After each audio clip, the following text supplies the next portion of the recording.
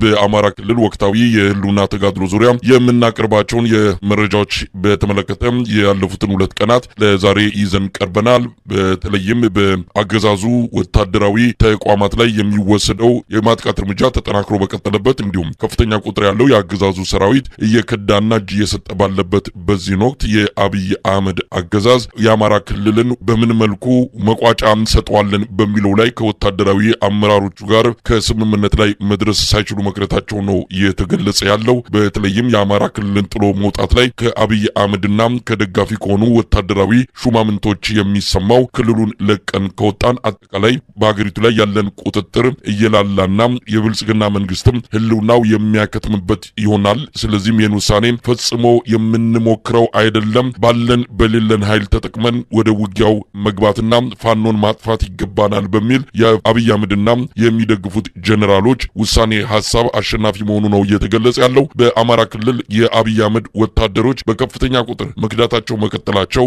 ለአገዛዙ ትልቅ አደጋ ሆኖ መጥቷል። በአማራ ክልል ወቅታዊ ሁኔታ ላይ በማተኮር ከዘውትር ተሳታፊያችን ጋር ቆይታ አድርጋለሁ። በቅድሚያ መረጃዎችን ያካፍለናል። ወደ አንተ መጣለሁ። ባለፉት 2 ቀናት በአማራ ክልል ምን ወታደራዊ ክስተቶች ተስተናግደዋል? አመሰግናለሁ መሳይ። በአማራ ክልል የአገዛዙ ጦር ከ3 ዓመት በፊት ወደ ክልሉ በ15 ቀን ጊዜ ውስጥ ትጥቃቸውን አስፈትቼ አንበረከካቸዋለሁ ብሎ ሲዘምት ልቡ ተራራ ነበረ። በተራራ ልቡ ግን ዛሬ በ3 ዓመቱ ተንትሶ በተለያየ አጋጣሚዎች በሄደበት የውጊያ ቀጠና ሁሉ ሰራዊቱ አሁን መዋጋት አይደለም እየፈረሰበት ምን ላድርግ በማለት በየቦታው አሁን የጀመረው ደግሞ በየዞኖቹ ወታደራዊ መኮንኖችን በመሰብሰብ ምን እናድርግ የሚል ምክክር ላይ እንደሆኑ በተለይ ከሰሞኑ በደብረ ማርቆስ አካባቢ 60 የአገዛዙን ጦር አባላት እና ከባድና የቡድን መሳሪያዎችን ይዞ ከውጊያ ቀጠና የጠፋው ጀነራል አሁን በጣም ከፍተኛ ጭንቀት ውስጥ ከቶታል መንግስትን። በዚህ ጭንቀት መሰረት ሰራዊቱን ወደ የማዕከላት እየሳበ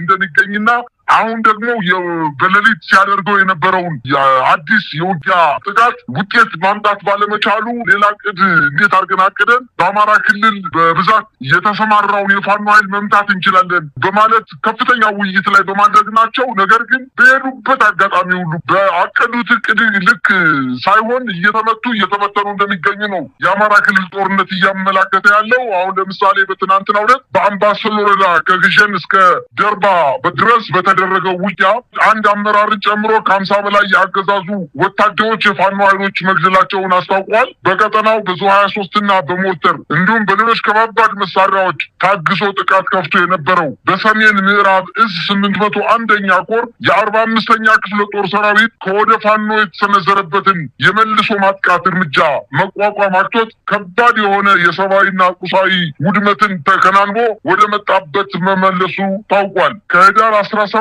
ጀምሮ 2018 ዓ.ም ጀምሮ እስከ ትናንትናው ዕለት ድረስ በአገዛዙ ጦር ላይ የጸረ ማጥቃት እርምጃውን በመውሰድ ድል የተቀዳጀው የአማራ ፋኖ ብሔራዊ ኃይል ሚኒሊክ እዝ ልጅ ኢያሱ ኮር የ23ኛ ክፍለ ጦር አባላት መሆናቸውን መረብ ሚዲያ እንደዘገበው ይታወሳል። በአውደ ውጊያው አንድ አመራርን ጨምሮ ከ50 በላይ የአገዛዙ ኃይል ሲደመሰስ ቁጥሩ በውል ያልታወቀ ኃይል ደግሞ ቁስለኛ መደረጉን ኮሩ አስታውቋል። በተጨማሪ በዚህ ዕለት በኋላ ውጊያ ከ1395 በላይ የድሽቃና የብሬን እንዲሁም የክላሽ ተተኳሽ በፋኖ መማረኩን አስታውቋል። የአገዛዙ ጦር በውጊያው የቆሰሉትን ወታደሮች በ4 ወታደራዊ ተሽከርካሪዎች ጭኖ ወደ ደሴ ለመውሰድ ቢሞክርም ነገር ግን በፋኖ ቃኝ አባላት ዚሃ ተብሎ በሚጠራው አካባቢ ላይ ተቆርጦ ከባድ ጉዳት ያስተናገደ ሲሆን በርካታ ቁስለኛ ወታደሮችም በፋኖ መማረካቸውን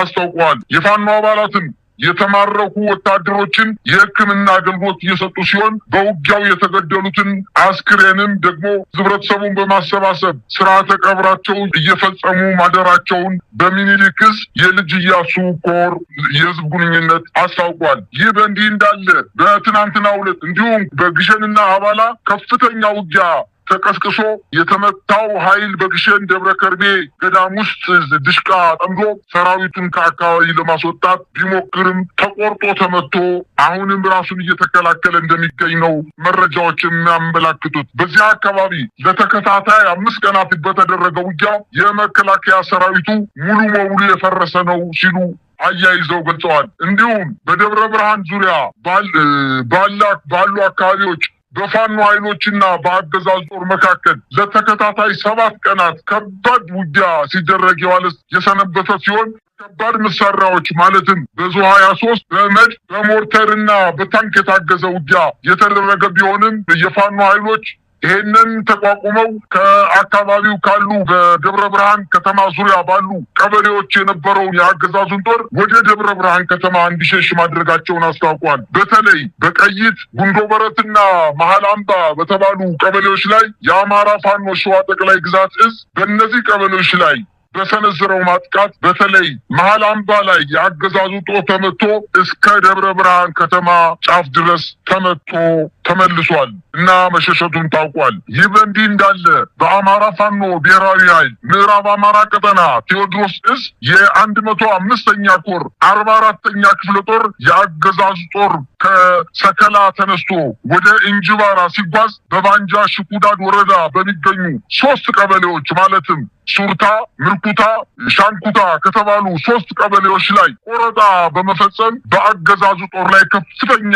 ክሳራ ደርሶበታል። በዚህም የአገዛዙ ጦር በበርካታ ወታደራዊ ካሚዮኖች ስንቅና ትጥቅ ለማሰራጨት ብዛት ያለው አጃቢ ጦር ይዞ ሲጓዝ በተጠቀሱት ቀበሌዎችን እንዳይሆን ሆኖ ተደምስሷል በማለት ገልጸዋል። የቴዎድሮስ እዝ 44ኛ ክፍለ ጦር በደፈጣ የጀመረው ድንገተኛ ጥቃት ወደ ለየለት ውጊያ ተሸጋግሮ በጨበጣ ከ4 ሰዓት እስከ ምሽቱ 11 ሰዓት በተደረገው ውጊያ ከ20 በላይ የአገዛዙ ጦር በአንደኛዋ ቀጠና ብቻ የተመታ ሲሆን ይህን የሰማው እንጅባራ የነበረው የአገዛዙ ጦር በሁለት አቅጣጫ ወደ ሱርታ ሲጓዝ ምርኩታና ሻንኩታ በተባሉ ቦታዎች ላይ ከባድ ጉዳት አስተናግዶ 18 በላይ የአገዛዙ ጦር እንደገና ተመቶበት ወደ እንጅባራ ከተማ እንዲመለስ ማድረጋቸውን አስታውቀዋል። እንዲሁም በደቡብ ጎንደር በስማዳ ወረዳ አርቢት በተባለች ከተማ ላይ የጀነራል ኃይሌ ዘውባንተ ክፍለ ጦር በደፈጣ በፈጸመው ማጥቃት በአገዛዙ